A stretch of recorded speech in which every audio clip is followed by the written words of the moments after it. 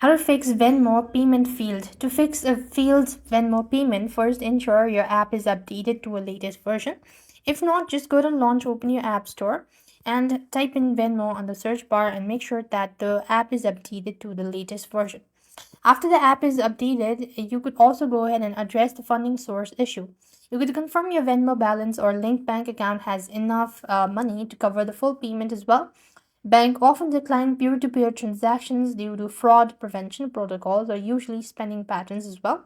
So you could contact your branch to see if they have or they are blocking your transaction as well.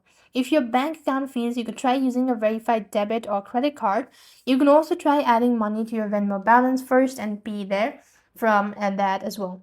Next, you also want to make sure to turn off any sort of VPNs, maybe clear your cache as well as data.